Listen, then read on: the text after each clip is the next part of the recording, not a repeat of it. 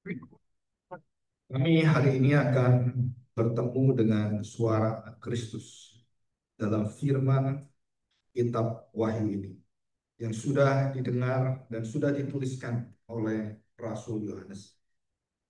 Bapa, kami ingin sungguh-sungguh mengerti akan makna kedatangan baik yang sebelum kami ada hari ini ataupun yang akan datang di masa penghakiman.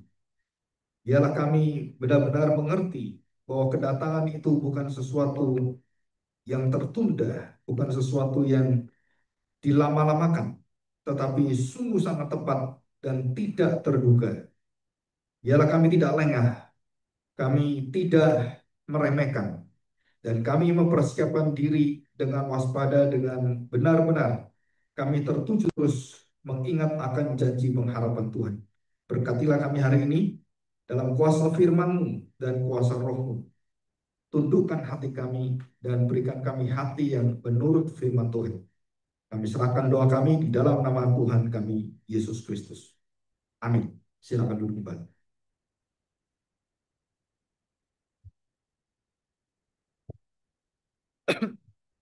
Ya, kita akan membaca Wahyu pasal yang ke-22 ya. Ayat yang ke-6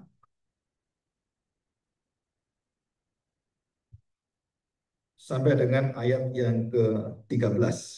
Nah, semoga ayat 13 ini nanti bisa kita singgung sedikit dan mungkin minggu depan kita akan khususkan untuk satu ayat ini ya. Akulah Alfa Omega, yang pertama dan yang terkemudian, yang awal dan yang akhir. Ini adalah satu ayat yang paling lengkap menyatakan Yesus adalah Alfa Omega dari perjanjian lama sampai perjanjian baru dan sampai pada akhir zaman. Kita akan baca ayat yang ke-6, kedatangan Tuhan Yesus. Di sini ada 7 perkataan Tuhan Yesus dan 3 perkataan aku datang. Nah, kita akan membahas 3 perkataan aku datang. Ya, kalau sempat waktunya kita masuk pada perkataan Tuhan Yesus yang keempat. Demikian bunyi firman Tuhan. Wahyu 22 ayat yang ke-6. Bentar ya.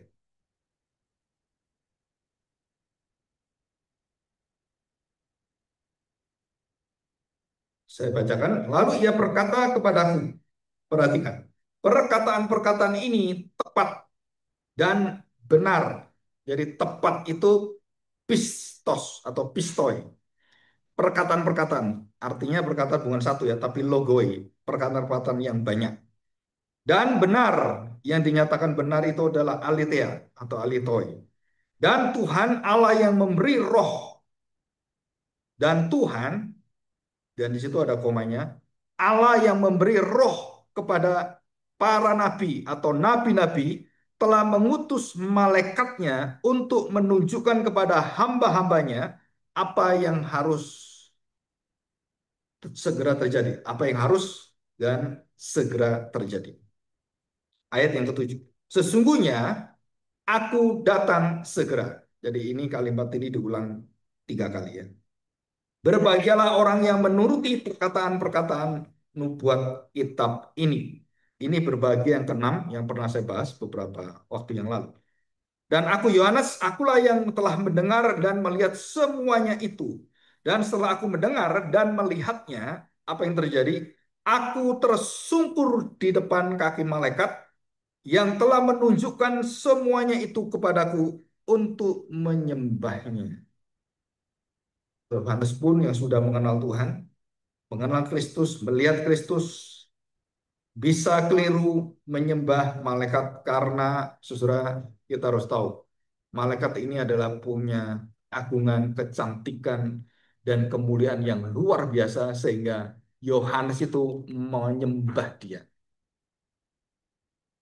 Jadi orang kalau sudah kagum dengan sesuatu yang luar biasa itu dia secara otomatis manusia itu ada rasa salut ya. Salut itu satu hormat yang dalam dan jadi penyembahan. Dan bagaimana malaikat itu berkata? Tetapi malaikat berkata kepadaku, jangan berbuat demikian. Aku adalah hamba. Jadi malaikat itu adalah hamba Allah. Aku adalah hamba sama seperti kamu, engkau, dan saudara-saudaramu, para nabi, dan semua mereka yang menuruti segala perkataan kitab ini. Sembala dia. Jadi tidak boleh ada nabi, baik itu Musa, Elia yang ditinggikan, yang terus menjadi pusat perhatian dan berita kita. Saudara, saudara tidak diperbolehkan mengagungkan siapapun di dalam ibadah penyembahan kita. Jadi tidak ada kemuliaan manusia yang diangkat di dalam seluruh pelayanan kita. Dan tidak boleh ada orang yang dipamerkan. Apalagi kalau kita memberikan waktu untuk kesaksian, bersaksi. Saudara, saudara bersaksi itu untuk siapa? Untuk mengagungkan dirimu, pekerjaanmu, atau untuk mengagungkan Allah. Saudara, kenapa ibadah di dalam gereja-gereja yang evangelical reform itu dianggap begitu apa ya, kayak kering gitu. Pak, nggak ada kesaksiannya, nggak ada yang bisa membuat orang itu hatinya berbunga gitu kan. Saudara, kenapa mereka begitu strict dengan firman seutuhnya dan tidak boleh ditambahkan apapun? Saudara-saudara harus tahu hal seperti ini. Kenapa? Karena kita masuk dalam gereja yang bernuansa dan berasas serta punya teologi adalah reformasi atau reform dan teologi yang lebih dimatangkan lagi namanya Puritan. Karena tidak boleh ada sesuatu yang mencuri kemuliaan baik itu dalam pujian apapun, saudara. Jadi ini seumpama gitu ya. Baik saya berkhotbah, baik yang menyanyi, baik yang mungkin mengisi acara, saudara itu jika semua itu ada kebanggaan, kesombongan kita di dalam, saudara ibadah kita itu menjijikkan Tuhan, saudara. Ibadah kita itu tidak pernah berbau harum di hadapan Tuhan. Jadi kita harus hati-hati waktu kita bisa dan kita punya kemampuan, kita punya sesuatu yang luar biasa. Surah itu semua adalah kita kembalikan kepada kemuliaan Tuhan.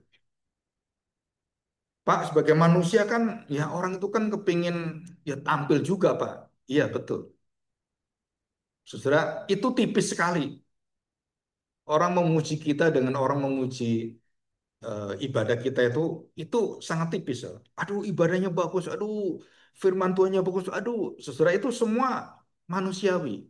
Tetapi jika itu engkau curi dan engkau taruh di dalam hatimu, dalam pikiranmu, menjadi milikmu, dan kamu kemudian waktu mendapatkan sesuatu yang tidak memuji, kamu sakit hati. Berarti kamu selama ini bukan menyembah Tuhan, bukan melayani Tuhan, melayani hatimu sendiri.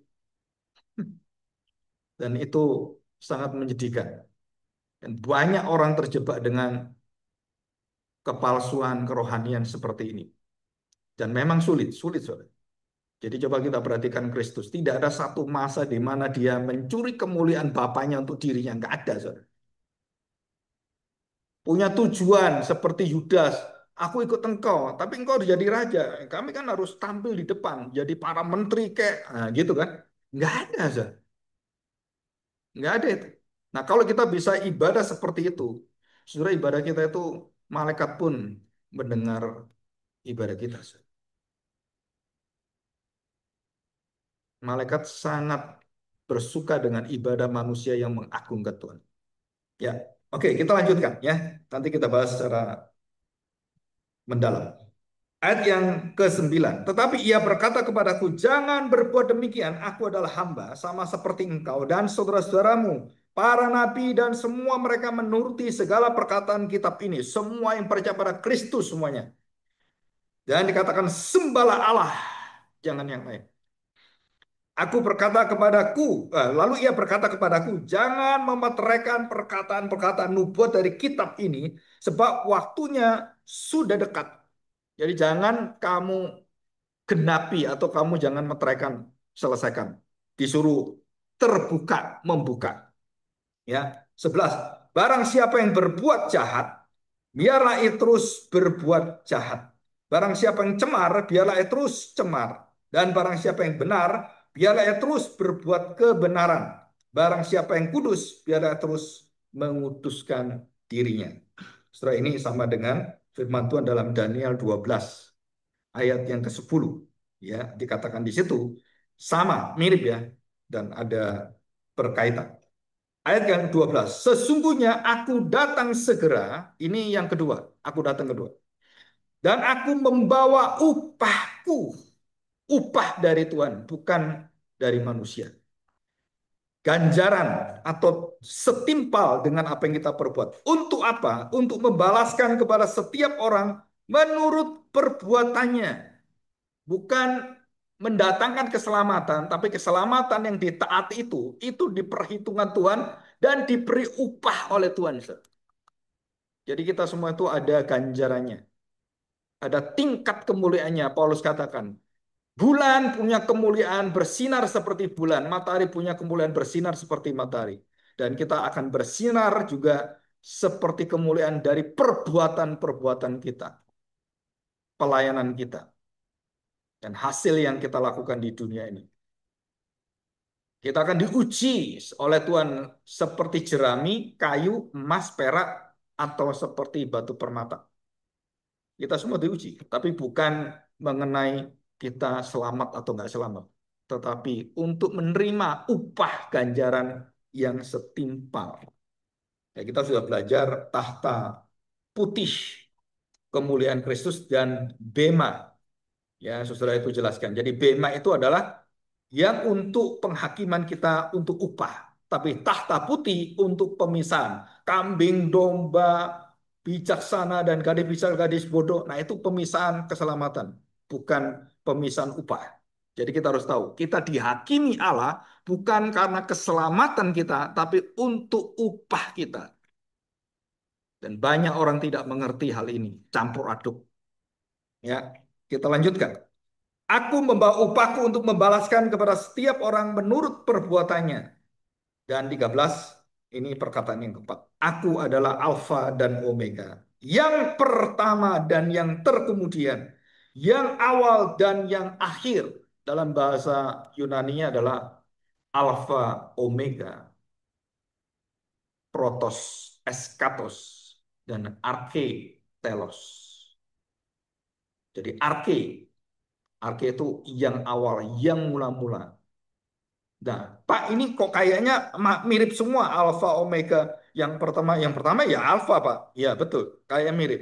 Tetapi ini adalah tiga dimensi yang sangat kaya sekali, Sir. Yang sangat kaya. Jadi waktu Yesus mengatakan alfa dan omega, dia tidak pernah mengatakan yang lain itu di kitab yang lain, hanya di kitab Wahyu. Dia mengatakan protos, eskatos, arke, telos. Di kitab Perjanjian Lama dikatakan alfa omega ada. Tapi yang lengkap ini hanya di kitab Wahyu. Kenapa di kitab Wahyu? Karena semua sudah selesai. Dan dia menyatakan siapakah aku sebenarnya. Nah, nanti kita kalau punya waktu kita bahas. Kalau enggak minggu depan kita bahas secara khusus Alfa Omega dan perkataan tiga yang lain.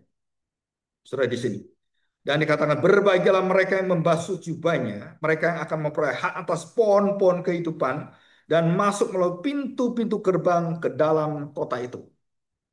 Saudara, ini sudah saya bahas tentang teologi pohon, teologi sungai, dan banyak hal yang lain yang berkaitan dengan misteri serta kedalaman firman Tuhan. Saudara ingat baik-baik Tuhan Yesus disalibkan itu di atas pohon, bukan cuman kayu.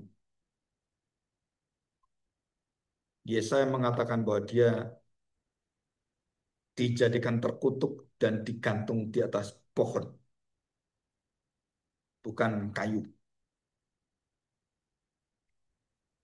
Di kayu salib gitu kan. Oh kita kayu. Nah kayu itu dari mana? Ya dari pohon. Kan gitu, Saudara. Iya kan? Dan apa artinya pohon kehidupan? Pohon kehidupan, pohon yang mati dan mematikan dosa, menghidupkan dan mengalirkan semuanya. Minggu lalu saya menceritakan Paradise Lost and Paradise Regained dari John Milton, seorang Puritan. Dia menuliskan karya novel yang sangat indah. Dan ada John lagi yang hebat lagi. John Bunyan yang menulis Pilgrim Progress. Perjalanan Musafir. Yang mempengaruhi banyak pemimpin-pemimpin Amerika. Hampir semua pemimpin Amerika itu membaca perjalanan seorang musafir. Dan anak kita nggak pernah baca. Nah, saya harapkan anak kita baca itu. Dan ada komiknya 1 sampai 11. Perjalanan seorang musafir itu saya senang sekali.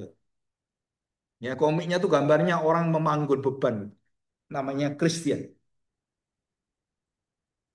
Dulu saya kalau pulang sekolah itu tiap hari saya ke Gramedia. Kenapa? Karena nggak punya duit. Ngerti? Mau beli buku nggak bisa. Terus gimana? Ya baca di toko buku. Bersimpu di sana, bacain buku. Ratusan ribuan buku baca aja kan nggak bayar kan. Enak kan? Dan Gramedia baik, dia sediakan tempat-tempat duduk khusus untuk anak-anak baca. Sekarang nggak ada. Sekarang Gramedia mau bangkrut. Tokonya udah tutup semua. Sekarang udah digital dan susah, saudara ya. Dan apalagi sekarang digital lebih gampang, lebih anak-anak kita lebih mudah. Tapi malasnya keterlaluan. Semua dipermudah itu, malasnya itu akhirnya suntuk ke atas. Dulu kita cari buku itu setengah mati. Sekarang buku di depan kita nggak dibaca. Anak-anak kita tinggal klik klik nggak baca gini. Apalagi ada Kindle kan, tahu Kindle kan? Itu kan buku bisa taruh di situ bisa baca semuanya. Saya punya hampir 200 buku lebih di Kindle dan nggak dihapus sampai selama-lamanya. Jadi kita langganan gitu. Ya beli buku di sana masuk beli buku. Nah, saudara bayangkan waktu kita belajar tentang pohon dan kita tidak berpikir bahwa pohon kehidupan itu waktu saya ngomong dengan beberapa hamba Tuhan pohon kehidupan itu adalah Kristus. Mereka dari mana Pak Gini? Saya ngomong ya karena kamu kurang pengetahuan tentang Alkitab. Sehingga waktu saya ngomong nggak ada kaitannya Pak Gung kata. Ada kaitannya. Terus dijelasin satu-satu dari mulai yang ada di Taman Firdaus, Taman Eden dan selanjutnya dan bagaimana bangsa Israel diumpama sebagai pohon dan kemudian pohon itu ditebang oleh Tuhan kemudian tunas keluar dari sana. Dari pohon itu keluar tunas Daud. Dari mana? Pohon, saudara. Oh iya ya, oh iya ya, oh iya ya. Gundulmu. Oh iya iya iya. Nah, saudara, kenapa orang tidak bisa masuk dalam kekayaan Alkitab yang luar biasa seperti itu? Karena mereka tidak memiliki kunci Kristus sebagai kuncinya. Kalau kita punya kunci itu, kita sedang membuka kekayaan Alkitab dengan Kristus sebagai pusat dari seluruh kitab itu. Terbuka semua, saudara. Dan keindahannya tuh luar biasa. Nah, semoga kita bisa nanti bisa membahas tentang teologi sungai, teologi batu, kita sudah pernah bahas, ya. Oke, kita lihat sini. Dan perhatikan baik-baik, mereka memperoleh hak atas pohon-pohon kehidupan dan masuk melalui pintu-pintu gerbang ke dalam kota itu. Ayat 15 yang terakhir. Tetapi anjing-anjing dan tukang-tukang sihir, orang-orang sundal, orang-orang pembunuh, penyembah-penyembah berhala, dan setiap orang yang mencintai dusta yang melakukannya tinggal di luar, eksternal, tidak boleh masuk. Nggak mungkin masuk. Dan dikatakan di sini, aku Yesus. Ya, perkataan yang kelima. Aku Yesus telah mengutus malaikatku untuk memberi kesaksian tentang semuanya ini kepadamu. Bagi jemaat-jemaat, aku adalah tunas, yaitu keturunan Daud, bintang timur yang gilang gemilang. Dan kemudian roh Allah dan pengantin perempuan itu berkata, marilah, barang siapa yang mendengarnya, hendaklah ia berkata, marilah, dan barang siapa yang haus, hendaklah ia datang, dan barang siapa yang mau, hendaklah ia mengambil air kehidupan dengan cuma-cuma. Ayat yang ke-20 yang terakhir. Ini saya bahas tema aja ya. Ia memberi kesaksian tentang semuanya ini, berfirman, ini Kristus, Tuhan kita Yesus Kristus. Ya, aku datang segera. Amin, datanglah Tuhan Yesus. Nah, saudara kita lihat membahas tentang sedikit. Saudara, waktu kita melihat di dalam kitab Kejadian yang awal dan kitab Wahyu yang terakhir pasal 22, ada kesinambungan yang tidak terlihat. Tetapi begitu kita buka itu, kita langsung tahu, oh iya, ada. Mulai dari sungai, mulai dari pohon kehidupan, mulai dari banyak hal-hal yang di Taman Eden itu muncul kembali di dalam Wahyu pasal 21, 22. Jadi sepertinya Tuhan itu, kalau saya seorang sutradara gitu ya, jadi kita itu dikembalikan kepada ingatan kita, kepada masa lalu kita itu berasal dari masa depan kita itu berasal dari masa lalu kita. Maka kemarin saya jelaskan, saudara, tidak ada orang mengajar tentang protologi, tapi yang orang banyak mengajar tentang eskatologi. Pelajaran eskatologi, pelajaran yang terakhir dalam doktrin sistematik itu eskatologi itu terakhir. Dan waktu kita mengajar yang terakhir, kita nggak tahu yang awal di mana. Nah, saudara, waktu kita belajar eskatologi, kita nggak tahu kaitannya dengan sejarah perjanjian Allah, nggak ngerti. Nah, kelemahan eskatologi dalam sistematika adalah mereka tidak kembali protologi. Sehingga kekayaan protologi yang ada dalam perjanjian lama itu, khususnya dalam kitab kejadian itu, saudara, itu tidak terekspos. Dan semuanya terkubur dan kita hanya melihat masa depan aja. Terus bagaimana bisa terjadi ini? Terus asal usulnya bagaimana? Kita nggak tahu semua. Jadi mulai tahun ini saya mempersiapkan satu mata kuliah tentang protologi, bukan eskatologi. Karena semua orang eskatologi tahu. Tapi protologi banyak orang yang belum tahu. Jadi yang masa depan itu berasal dari mana? Dari masa lalu. Janji Allah yang akan digenapi berasal dari mana? Dari janji Allah yang ada dalam Taman Eden. Jadi Eden yang pertama, Paradise Lost.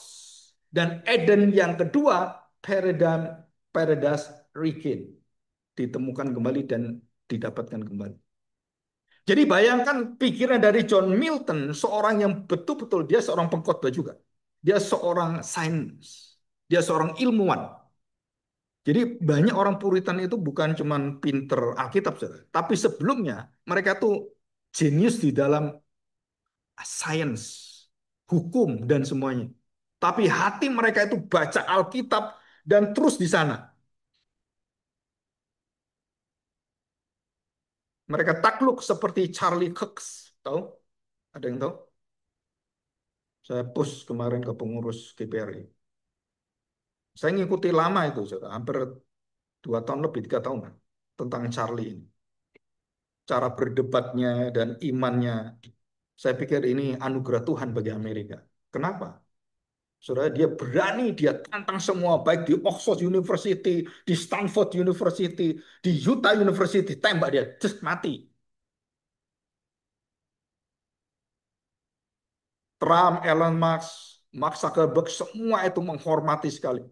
Kenapa? Karena belum ada seorang muda yang berjuang dengan imannya dan berdiri menantang zaman dan menantang LGBT, ateisme, dan aliran-aliran liberalisme. Dia tantang semuanya dan dia berdiri dan dia menjawab dengan sangat-sangat brilliant.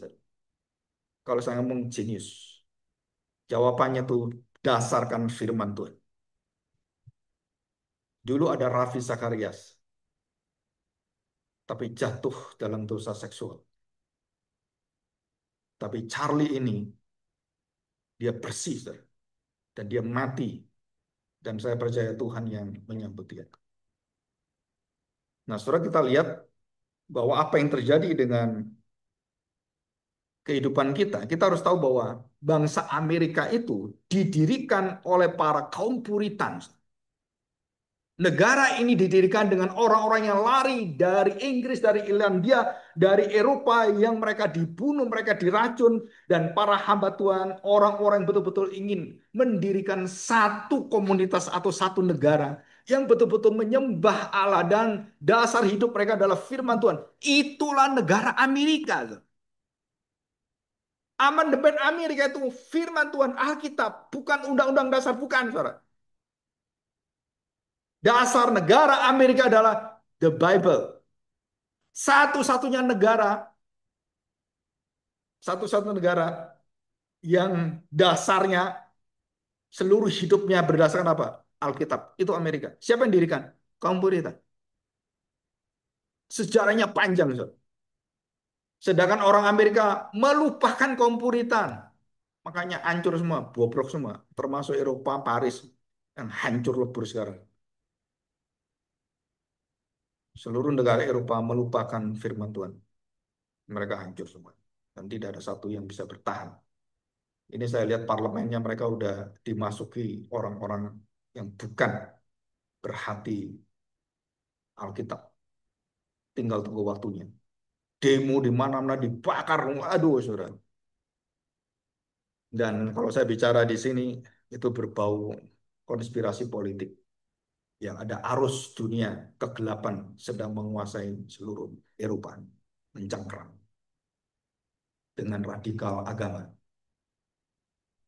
Ya, saya kemarin dikasih satu dari saudara kasih. Nih, yang terjadi di tempat kita itu.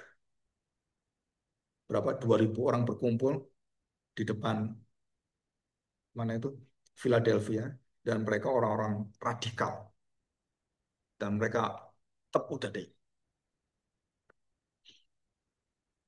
Ribuan orang, saudara. Terus tanya, kenapa mereka gitu-gitu? Mereka ingin mendirikan negara untuk mereka bersyariah agama mereka. Dan terjadi perang saudara di dalam Amerika. Karena ada yang pro dan kontra. Mereka lupa protologinya. Mereka lupa akar sejarahnya. Dari begitu lupa akar sejarahnya, negara Indonesia lupa sejarah akarnya, hancurlah Indonesia. Dan puji Tuhan, Presiden Prabowo menerima gerakan hati nurani yang terdiri dari pemimpin PGI, terus apa ini eh, yang Katolik, terus ada Islam, ada semua datang dan berkumpul dan meminta supaya diperbaiki dereformasi kepolisian. Dan kita sedang menantikan detik-detik terakhir Kapolri akan diturunkan dalam beberapa hari ini. Dan puji Tuhan masih dengar. Kalau nggak dengar, wah hancur ini, saudara. Negara kita hancur lebur. Dan siapa yang menguasai kekuatan itu? Ada yang disebut sebagai the black swan. Tahu the black swan? Angsa hitam yang lagi mempermainkan di Indonesia. Membakar ini, membakar itu. Itu semua ada aktornya semua. Saudara, bagaimana kita bisa kembali kepada masa depan yang betul-betul bisa baik itu? Saudara, kembali kepada pendiri pasal pertama, awal pertama, bagaimana mendirikan negara Amerika, negara Indonesia. Nah, itu disebut sebagai protologis. Seluruh perjanjian kita, Alkitab kita itu memakai perjanjian lama dan perjanjian baru, betul kan? Saudara, artinya apa? Ada perjanjian yang dipegang Tuhan terus dari awal sampai akhir dan sampai selama-lamanya. Aku Tuhan yang mengadakan perjanjian, aku yang mengadakan, aku yang menggenapi, aku yang akan memuliakan semuanya. Saya sampai sekarang ini, sampai hari ini, tidak ada satu gereja pun di Indonesia yang mengajar teologi perjanjian dengan sungguh-sungguh. Termasuk gereja Reform. Mengkhotbahkan teologi perjanjian.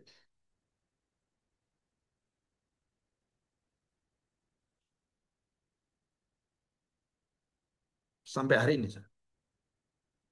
Dan betul-betul membahas tentang 7 perjanjian Tuhan itu. Padahal itu penting sekali. Teologi perjanjian itu Hetman Witsius, orang Puritan mengatakan, jika gereja melupakan perjanjian itu, dia bukan menjadi gereja, dia menjadi organisasi. Karena lupa akar sejarah. Jadi teologi perjanjian itu selalu membuat kita protologisme. balik lagi. Untuk apa? Membangun eskatologi di depan. Saudara, itu berkaitan semuanya. Dan semua nabi dikatakan di sini, saudara, kalau kita lihat, perkataan-perkataan nabi adalah perkataan tepat benar. Apa artinya tepat dalam kata pistoi? Sudah memiliki kekuatan akar di dalam kepercayaan mereka karena pistos itu berdasarkan di kayu suni, berdasarkan kebenaran. Dan sudah dikatakan di sini, sudah dilakukan. Kebenaran yang dilakukan yang sudah dialami namanya aletheia. Kebenaran yang asal itu di kayu suni, di kaios. Artinya benar dan adil. Tapi kebenaran dan keadilan itu waktu kita kerjakan dan kita hidupi, itu namanya aletheia. Dan waktu kita siarkan namanya rema. Rematos, bukan rematik. Yang kita tahu rematik terus ya. Oh remanya Pak, remanya. Beri saya remanya Pak. Nah saudara banyak orang ngomong rema itu. Kadang-kadang konsepnya tuh ngawur juga.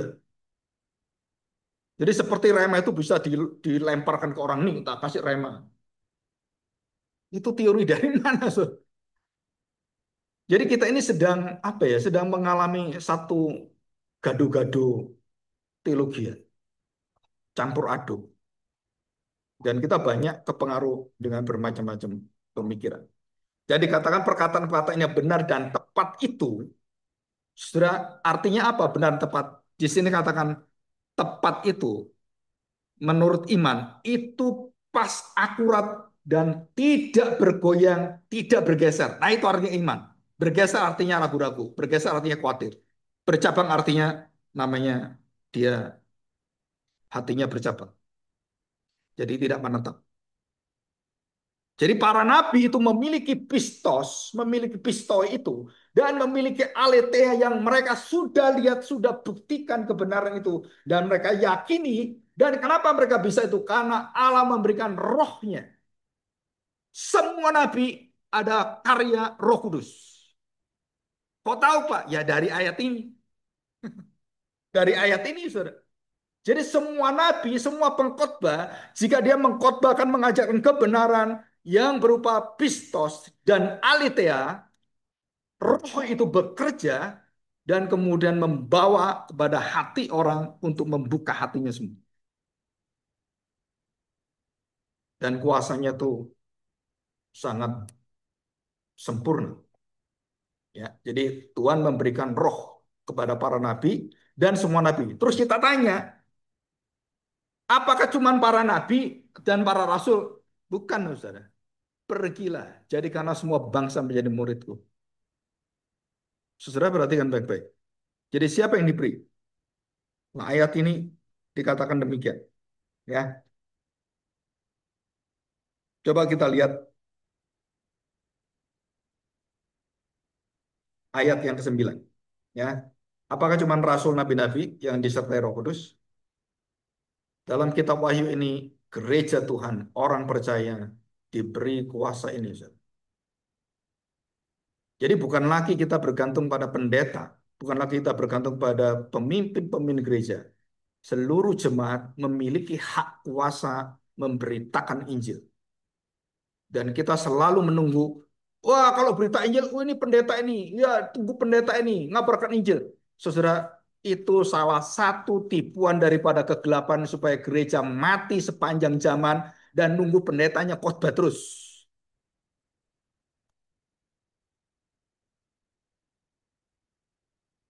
Gereja apapun, saudara, termasuk gereja kita. Kalau saudara hanya tunggu firman Tuhan hari Minggu aja, nggak mau belajar firman Tuhan, saudara sedang mati rohani, sedang mati di dalam rohani. Kita harus belajar sendiri, saudara. Harus menggali sendiri. Dikatakan di sini, di dalam ayat 9, jangan berbuat demikian, aku adalah hamba sama seperti engkau, saudara-saudaramu, para nabi, dan semua mereka menuruti segala perkataan kitab ini. Jadi ini tertuju pada siapa? Semua orang percaya. Dan tidak ada yang difavoritkan, tidak ada yang dikhususkan, tidak ada yang dipilih kasih oleh Tuhan. Semua. Kemarin saya baca buku dari tulisan-tulisan Bapak Gereja. Saya bayangkan Agustinus, terus kemudian masuk ke siapa ini? Eh, Thomas Goodwin, terus masuk ke zamannya Paul Tillich, masuk ke zamannya John Piper, dan mereka mengatakan sembuhkanlah, usirlah segala roh jahat. Sudah itu semua kita pikir yang boleh ngusir roh jahat yang bukan itu siapa? Oh, hamba Tuhan khusus lagi, hamba Tuhan khusus ngusir setan. Nggak ada, kan gitu kan? Oh, ini hamba Tuhan khusus ngusir setan ini. Saudara, ayat itu bukan untuk hamba Tuhan mengusir setan, bukan untuk para nabi, bukan, saudara. Untuk semua orang percaya. Tapi pikiran kita itu udah dikotak, kotak-kotak dengan agama. Sehingga kebenaran firman kuasanya akhirnya mati di sana. Tiap hari engkau bisa memberitakan firman Tuhan jika kamu mau. Bertemu dengan siapapun, minta hikmat Tuhan, dan kita bisa memberikan kasih Tuhan. Kesempatan itu begitu besar. Setelah itu adalah penyertaan Tuhan. Ya, dikatakan di sini bahwa roh itu menyertai para nabi dan juga menyertai kamu dalam segala hidupmu. Surah kita, perkataan kita, segala pikiran kita. Jika kita seiring dengan hati Tuhan, waktu kita diberi tugas jadi dokter, jadi insinyur, jadi apapun, saudara, di situ mengalir kesaksian-kesaksian hidup kita. Saya kalau ngajar, saya kan ngajar matematika, ngajar bahasa Inggris. Yang paling banyak bahasa Inggris, karena saya sekolah sastra Inggris. Murid saya banyak. Saudara pertama kali cari murid setengah mati. Setengah mati. Satu murid aja senengnya luar biasa saya. Waktu pertama kali jadi guru. Saya pertama jadi guru itu SMA. SMA kelas 2. Waktu saya kuliah, cari murid itu sulitnya luar biasa. Begitu saya dapat murid satu, itu di Jalan Bali, di Surabaya Jalan Bali itu orang kaya luar biasa. Dapat satu murid orang kaya. Dan waktu dapat satu murid ini, muridnya tuh rada-rada autism. Ya suruh ngajar bahasa Inggris lagi. Ya, gimana ini? Susahnya kayak apa ngajar orang kayak gini? Nggak bisa diem anaknya, saudara. Dia ngomong ini ya, kamu subjek predikat apa I am, you are gitu. Anaknya lihat cuma nggak sampai berapa detik udah. Susahnya luar biasa. Berbulan-bulan sampai 2 tahun. Saya baru tahu, saudara, melalui anak ini, seluruh keluarganya itu les ke saya semua. Sampai ke ponakan-ponakannya tuh terkenal apa? Ini guru bangkesnya sabar bisa. Akhirnya minta semua satu-satu. Kenapa? Karena saya dikasih, murid kayak gini gimana ini ya? Ya udah, nggak apa-apa kan. Turut aja dengan Tuhan, walaupun gajinya waktu itu cuma 50.000. Ini begitu banyak sampai kemudian SMP, SMP, SMA. SMA bisa nggak? Bisa aja SMA. Pak, kalau ini kokonya lagi mau kuliah bisa nggak ngajar gini? Ya bisa aja. Kok bisa terus Pak? Ya, ya bisa aja. Kenapa? Ya bisa. Kalau nggak bisa, saya mau nggak bisa gitu. Bisa. Pak, ini khusus ekonomi kan? Ya bisa aja gitu. Kenapa? Ya saya belajar. Inggris ekonomi bagaimana dalam ekonomi belajar sore. Jadi waktu sebelum ngajar saya belajar dulu satu buku saya baca semua. Saya ngerti semuanya. Nah baru saya ngajar. Nah, saudara, segala sesuatu yang Tuhan berikan pada kita, yang kita pikir, oh rasanya itu kok, aduh, kok saya dapat murid gak enak ya, kok susah ya. Ingat baik-baik, di dalam segala kesusahan itu, protologismu itu di sana. Maka kalau kita mengalami kesusahan apapun dalam pelayanan apapun, saya nggak pernah goyah. Nggak ada U2, nggak ada apa, saya nggak peduli. Kenapa? Kalau Tuhan udah percayakan, saya setia. Udah selesai. Kenapa? Karena waktunya nanti Tuhan berikan, nih, apa yang kamu kerjakan ini. dampaknya buahnya apa. Dan banyak orang inginkan yang gede, gede, gede, gede. Dan kemudian dibangun. Nggak ada buahnya. Hancur semua. Dan kebalikan semua. Yang ingin besar jadi kecil. Yang ingin dari kecil jadi besar. Nah itu hukum Tuhan di dalam Alkitab. Daud itu dari kecil cuman dengan batu, ya kan, mendapat pujaan, tapi dengan mahkotanya dia dibuang oleh Tuhan. Itu Alkitab. Dengan kemuliaannya raja, dia menghancurkan hidupnya. Dengan batu yang nggak ada harganya, dia dimuliakan Tuhan, menenggelamkan dan merontokkan Goliat. Tapi dengan kekayaan dan kehormatan mahkotanya, dia tenggelam dalam dosa. Sama dengan pelayanan semua. Saudara, saya semakin bertambah umur, semakin tahu karakter Allah dalam pembentukan para tokoh-tokoh dan para bapak iman. Saudara, itu luar biasa. Terbalik dengan pikiran kita. Ya, segala satu sebelum dia di atas itu di bawah dulu. Supaya apa? Kalau sudah di atas, kamu itu nggak bisa jatuh lagi karena kamu tahu pernah jatuh di bawah. Orang kalau sudah pernah jatuh di bawah, dibawa ke atas, rendah hati terus dia. Karena dia tahu diri. Saya pernah ingat ini Bu Siana. Kemana-mana bawa satu akar, nggak tahu akar pahit apa gitu ya. Dia kasih ilustrasi. Saya tanya, Bu, itu apa gitu kan? Waktu di kelas itu. Oh iya, ini adalah protologi saya. Nah itu istilah saya gitu kan. Ini mengingatkan saya, akar pahit ini adalah saya berasal dari tempat yang susah, yang berat sekali. Dan waktu saya dalam kesuksesan, saya terus pegang ini. Supaya saya ingat, saya dulu dari mana. Seorang direktur yang sukses dan punya banyak rumah makan. Orang Madura ini, saudara. Terus orang datang ke kantornya. Ngapain rombong seperti ditaruh di atas dan kamu pamerkan? Hei, kamu tahu nggak? Ini protologi saya. Saya waktu pertama kali jual soto Madura itu. Ini rombongnya. Dan sekarang menghasilkan lebih daripada 500 soto Madura di seluruh Indonesia. Namanya soto Pak Sadi dari Surabaya, Lamongan.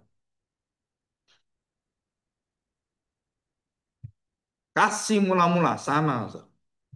Jangan lupa dengan kasih mula-mula. Jadi perkataan Tuhan itu luar biasa. Jadi tidak ada yang direndahkan oleh Tuhan. Nah, kita akan bahas sekarang tentang kedatangan Kristus. Ya, saudara kita lihat sekarang tujuh kedatangan itu, tujuh perkataan Tuhan itu, tiga kedatangan ya, tujuh perkataan Tuhan. Yang pertama, sesungguhnya aku sudah datang. Yang kedua, berbahagialah yang menuruti segala perkataan nubuat kitab ini. Yang kedua adalah sesungguhnya aku datang segera. Dan apa yang dia bawa? Aku membawa upahku, membalaskan kepada setiap orang menurut perbuatannya. Yang keempat, aku adalah Alfa dan Omega. Yang pertama dan yang terkemudian, yang awal dan yang akhir. Yang kelima, aku Yesus mengutus malaikatku untuk memberi kesaksian tentang semuanya itu kepadamu, kepada jemaat-jemaat. Jadi memberikan kesaksian itu artinya apa? Dia akan terus memberikan kesaksiannya tentang dirinya dan jemaat terus memberikan kesaksian dunia tentang dirinya. Nggak boleh berhenti. Dan yang keenam, aku adalah tunas keturunan Daud, bintang timur yang gilang gemilang. Ada seorang murid saya lama gitu ya. Dia dengar satu channel tentang bintang timur itu adalah bukan iblis sebenarnya, adalah bukan Lucifer, adalah Yesus Kristus. Dia tanya, Pak, selama ini saya nggak pernah loh bintang timur itu iblis, Pak. Saya katakan, ya memang itu posisi bintang timur posisi apa? Posisi iblis, bukan. Itu posisinya Tuhan. Iblis ingin menjadi Tuhan. Dan waktu dia diberikan satu kemuliaan bintang timur itu, iblis kemudian lupa diri dan ingin menjadi seperti Allah. Dan bintang timur itu siapa? Ya Yesus sendiri. Ya ini di kitab Wahyu dikatakan bintang timur yang gilang gemilang. Jadi kalau ngomong bintang timur jangan katakan terus iblis, iblis, iblis. Bukan, saudara. Itu adalah Kristus. Termasuk 666. Nah ini juga ada yang tanya pada saya. Kok baru saya ngerti 66 itu sebenarnya ada menuju pada Kristus? Iya, sebenarnya iya. Kesempurnaan manusia 666 itu harusnya kesempurnaan di dalam apa? Di dalam ketaatannya dalam semuanya. Ini enggak kesempurnaan dalam apa? Pemberontakan semuanya dan di lambang 66. Itu sebenarnya menunjuk pada siapa? Itu sebenarnya menunjuk pada angka manusia yang sempurna, bukan menunjuk pada antikristus, tapi Kristusnya yang dianti. Nah, itu masuk 66. Setelah kita wahyu itu sebenarnya membukakan keinginan-keinginan iblis yang ingin menjadi manusia. Bentuknya perempuan sama, satu pelacur, satu perempuan. Kan sama perempuannya. Jadi ada antitesisnya terus gitu. Dan tidak berhenti-berhenti. Ular juga sama. Wah, kalau ular itu iblis. Salah. Belum tentu iblis ular itu. Kenapa? Karena Musa meninggikan ular tembaga dan dia adalah Kristus yang menyembuhkan engkau. Betul nggak? Dan kita banyak belajar hal ini. Nah, sekarang kita lihat. Erchomai Tatsu. Apa artinya? Aku datang segera atau secepatnya. Sekarang udah berapa tahun? Perkataan ini ya kira-kira sekitar tahun 40-an lah sampai 50 lah.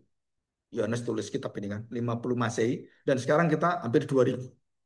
2000 kurang sedikit lah. Terus Tuhan mengatakan segera datang. Sampai sekarang segeranya itu segera apa? 2000 tahun masa Tuhan masih segera-segera? Jadi saudara di sini bukan soal waktu, kronosnya, tapi ini soal saatnya, kainosnya. Bukan neosnya, tapi pembaharuannya. Nah, saudara, jadi sense kita itu waktu baca kitab Wahyu bukan sensenya sense kronologis. Oh, dibagi 1000 tahun, 1000 tahun. Saudara, kitab Wahyu tidak membicarakan soal kronologis tentang waktu, saudara, tapi tentang momen Tuhan. Bukan new dalam arti baru yang secara cuman dilihat mata, tapi new secara internal hidup manusia. Jadi Tuhan sedang mempersiapkan waktu yang begitu indah. Kenapa Tuhan kok rasanya lama katanya segera? Karena ada dosa, ada waktu kesabaran Tuhan yang begitu panjang yang disediakan Tuhan yang berkaitan apa? Dengan kedatangannya yang tidak ada kesempatan lagi. Dan itu dikatakan segera. Jadi bukan tentang waktu hari satu, tahun pertama tunggu tahun kedua, tahun ketiga tunggu, aduh kok lama, tahun keempat. Iman, nah perhatikan. Waktu Abraham menunggu waktu Tuhan dan Tuhan menunggu Abraham sampai dia umur 75 tahun. Keluarlah engkau dari Ur Kasdim, dari Padan Aram dan menuju tanah perjanjian.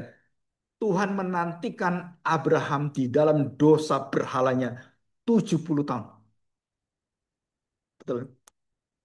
Dan Abraham diajar oleh Tuhan menunggu 25 tahun untuk menerima pernyataan janji Allah, anak yang bernama Ishak. Saudara, ini bukan soal 1 2 tahun, bukan.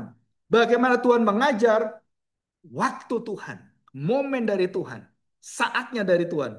Itu ditunggu, ditunggu, ditunggu. Dan manusia banyak yang tidak tahan, akhirnya melakukan kesalahan-kesalahan. Dan seperti gereja. Oh Tuhan masih lama, oke sekarang ya kita menikmati ibadah. Terjadi sesuatu yang mengerikan di gereja. Apa itu? Ibadah kita mendunia. Conform with the world. Jadi semua gereja menduniakan ibadahnya. Dan di sana dibentuk seperti dikasih musik-musik digital. Kemudian diberi singers-singers yang banyak. dan diberi tari-tarian, diberi semua seperti pertunjukan musik-musik dunia.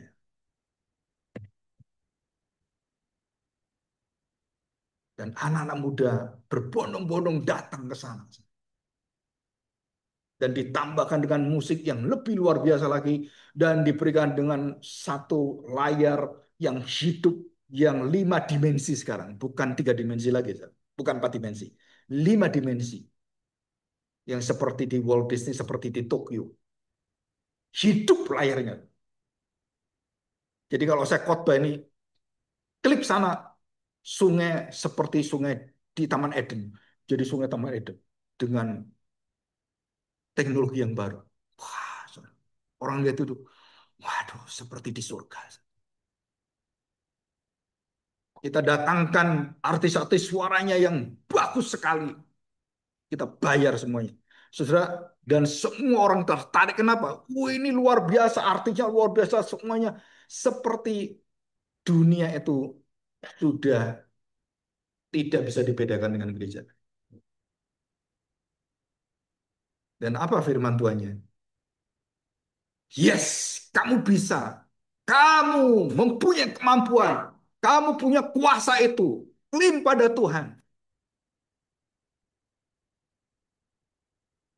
Saya semakin hari lihat gereja-gereja Injili di Bandung. Tambah hari, hati tambah sedih. Dengan uang ratusan miliar. Mereka berjuang menduniakan gereja. Mereka tidak pernah perhatikan jemaat yang fakir miskin. Semua tidak pernah. Mereka memperhatikan ibadah yang diterima oleh dunia, diterima oleh anak muda, yang dibuka dan kemudian, wah,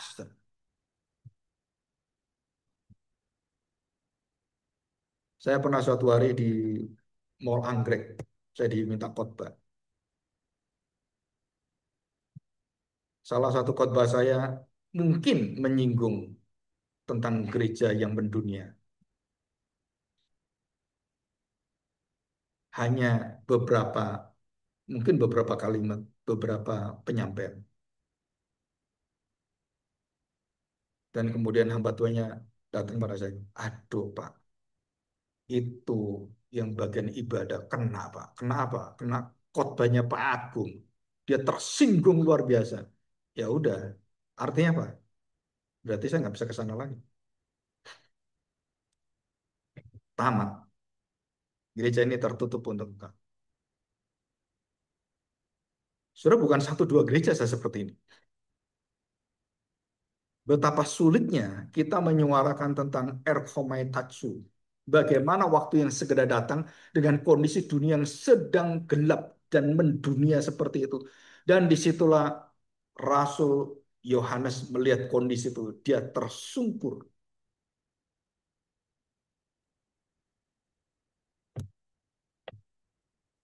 Dia tersungkur bukan karena kegelapan gereja, bukan. Dia tersungkur kenapa? Karena kuasa Allah yang begitu indah menjaga gereja dan gereja tetap percaya di dalam seluruh kegelapan itu. Ya kita berdoa supaya Erkomai Tatsu ini ada dalam hati kita. Jadi bukan perkara waktu, bentuknya itu, saudara. Itu kalau kita mengatakan, aku akan datang ya.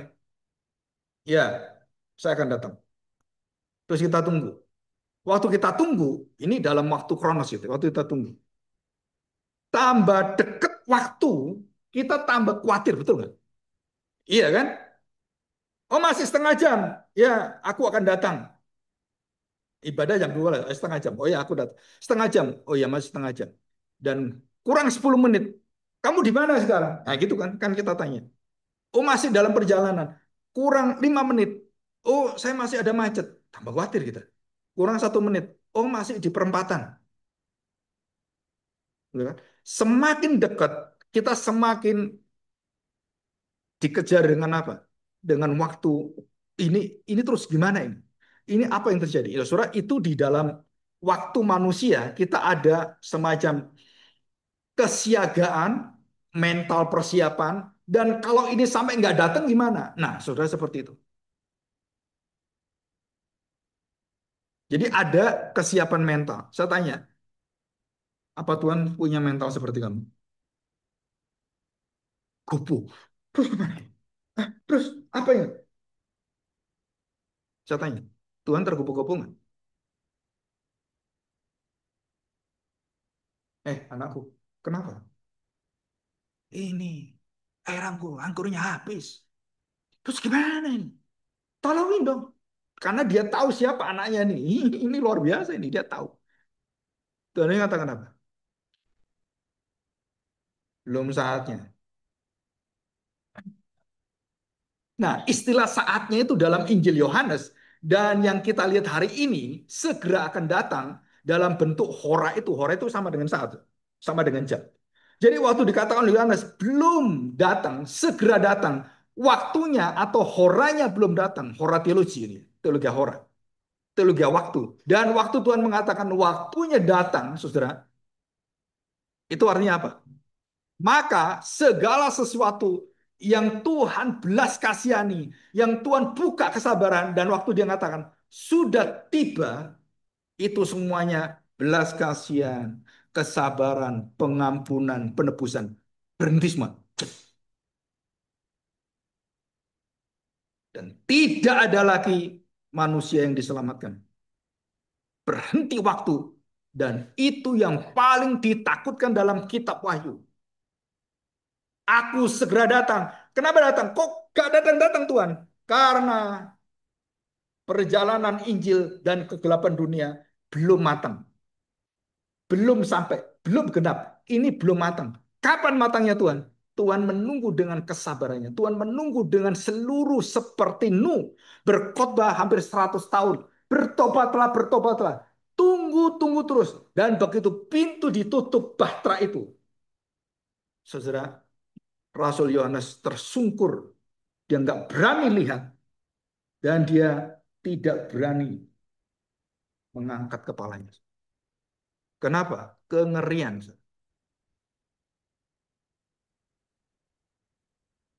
Aku segera datang. Setelah ini bukan soal waktu. Ini soal momen Tuhan. Yang tidak berubah dan waktu dia mengatakan, jangan seperti ini. Tidak ada perubahan. Sodom Gomora itu miniatur kiamat. Menara Babel miniatur kiamat. Sodom Gomora waktu Tuhan katakan, aku akan tunggang balikan Sodom dan Gomora. Terus apa yang terjadi?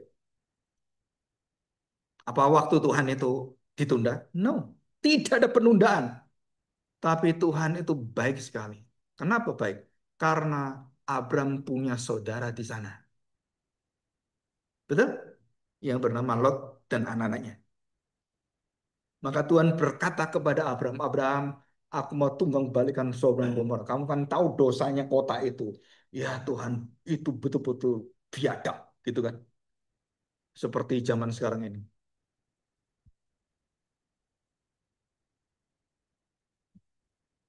Saudara, kalau saya mau bicara tentang kekudusan, apalagi tentang berhubungan dengan kekudusan hidup di dalam keluarga ataupun di dalam pergaulan anak-anak muda. Ada orang mengatakan, ini umur kira-kira kuliah. Ini waktu waktu ini ya, waktu kuliah. Ini di Amerika. Tanya, kamu masih perawan? Anak gadis dari Indonesia, studi di sana. Sama sekali kamu nggak pernah melakukan apapun. Nggak pernah. Heran, saudara. Terheran-heran mereka. Rasanya tuh seperti ada peri gitu di situ. Kok bisa kamu? Loh, kalau bagi kami di Indonesia, ya kami semua seperti ini. Tapi di sini nggak ada. Di Jepang juga nggak ada. Soalnya di Jepang itu SD itu sudah free sex semua. Nggak ada, saudara. Jadi dengan dunia terkamiri ini, Amerika, Eropa, semua nggak ada. Jadi nilai kekudusan di dalam seksual itu, saudara, begitu bobrok ambruk. Dan bagi mereka sesuatu yang sudah biasa. Seperti saya butuh makan, saya butuh kebutuhan sama. Kalau udah selesai, ya udah selesai. Suruh bayangkan itu, nilai-nilai yang begitu sakral itu dihancurkan, baik itu nilai-nilai kekudusan, keadilan, kebenaran, itu dibangkrutkan. Dan pada saat nilai-nilai ini sudah tidak ada harganya, sudah betul-betul mati. Seperti zamannya Nuh, seperti Sodom Gomora, Tuhan mengatakan, aku akan memberikan tanda Nuh. Apa itu tandanya? Manusia menentukan kebenaran atas dirinya sendiri. Nggak ada firman Tuhan. Kami yang tentukan. Tidak boleh ada agama. Kami tentukan. Dan pada saat itulah dunia diperingatkan dengan seluruh terang kesaksian gereja Tuhan. Dunia tutup mata dan melawan menentang. Dan saatnya akan tiba. Firman itu sudah selesai pengabaran Injil. Dan kesabaran Tuhan sudah mentok. Saudara, aku akan datang segera. Jadi saudara jangan mengharapkan dunia akan semakin baik dan termasuk di dalam gereja Tuhan. Coba kita lihat masing-masing di diri kita. Berapa lama kita sudah menyimpang dari jalan Tuhan dengan alasan apapun. Apakah kita betul-betul melayani Tuhan, menyembah Tuhan dengan benar?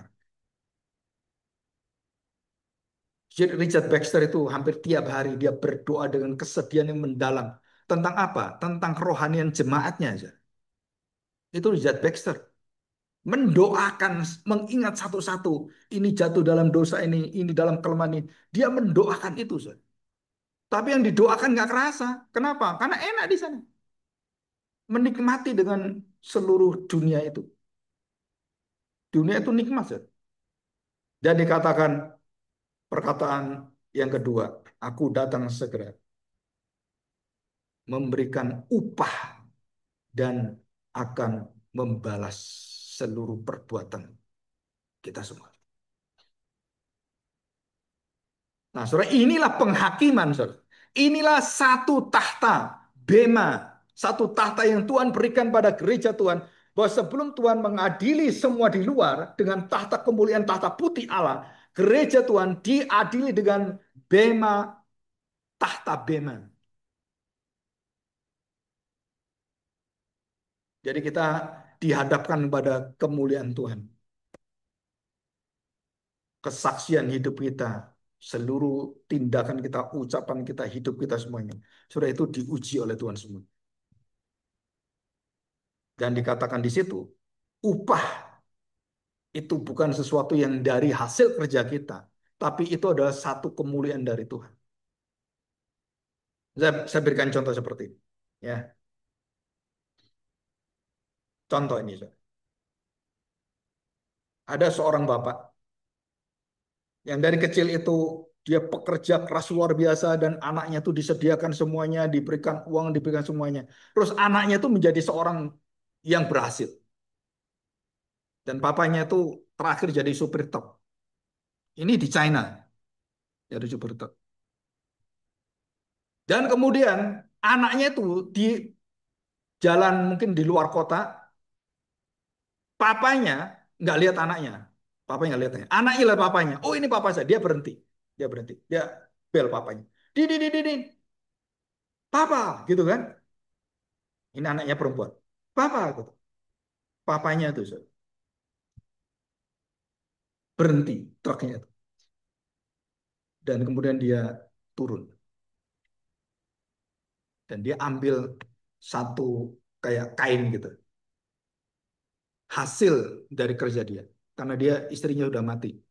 Anaknya tinggal satu anak. Hasil dari dia kerja. Dia bawa. Untuk apa? Dikasih ke anaknya.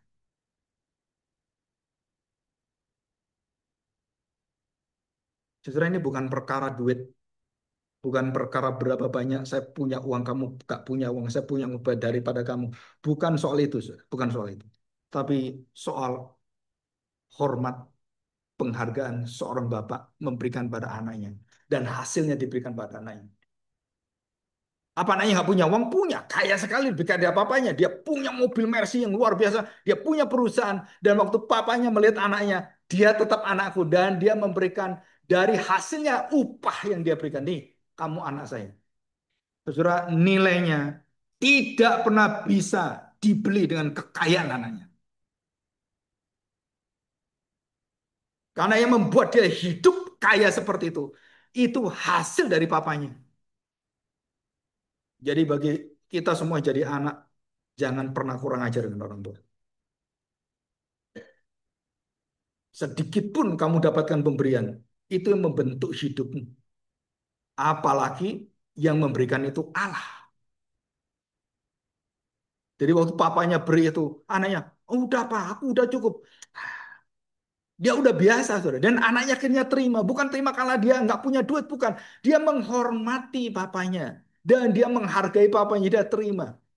Itulah relasi papa dan anak, saudara. Bukan soal duit, bukan, saudara. Relasi surgawi itu bukan tentang nilai dunia ini, saudara. Tapi kecintaan Bapak surgawi kepada kita. Dan itu tidak bisa digantikan dengan apapun. Dia memberikan anak yang tunggal. Kita nggak bisa, saudara. Dan itu membuat kita percaya dan kita rindu. Aku akan datang. Ya Tuhan, datang segera. Datanglah. Dan dikatakan oleh Yohanes, amin, amin, datanglah. Maranatha, Tuhan segera datang. Tuhan sedang datang. Saudara tahu perjamuan kudus pada zaman ini sebagai penutup. Perjamuan kudus dilakukan gereja-gereja. Saya baru baca ini beberapa minggu yang lalu. Tulisan dari bapak-bapak gereja dan ini siapa ini? Sampai ini. William Ames. Dia mengatakan, kenapa perjamuan kudus gereja awal itu selalu disertai dengan suara Maranatha, Maranatha. Kenapa? Setiap perjamuan kudus kita memberitakan tentang Maranatha, tapi kita kalau perjamuan kudus kita hampir nggak tahu hati Maranatha. Artinya apa? Tuhan datanglah cepat, datanglah segera. Setiap perjamuan kudus, gereja-gereja dulu itu punya catatan, ibadahnya, semua data-datanya. Selalu dikasih Maranatha, Maranatha.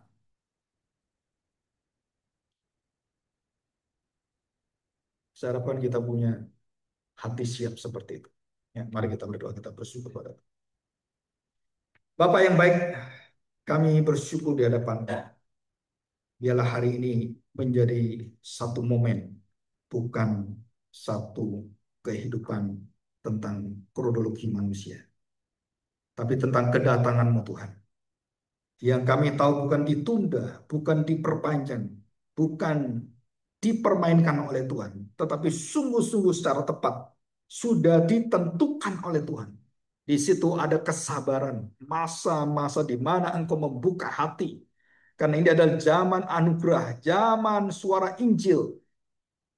Orang-orang berdosa yang tetap tegar tengkuk, Engkau tetap bersabar Tuhan. Sampai tunggu waktunya, anakmu akan datang. Dan disinilah kami bersyukur karena waktu Tuhan masih terbuka untuk pemberitaan terang Tuhan.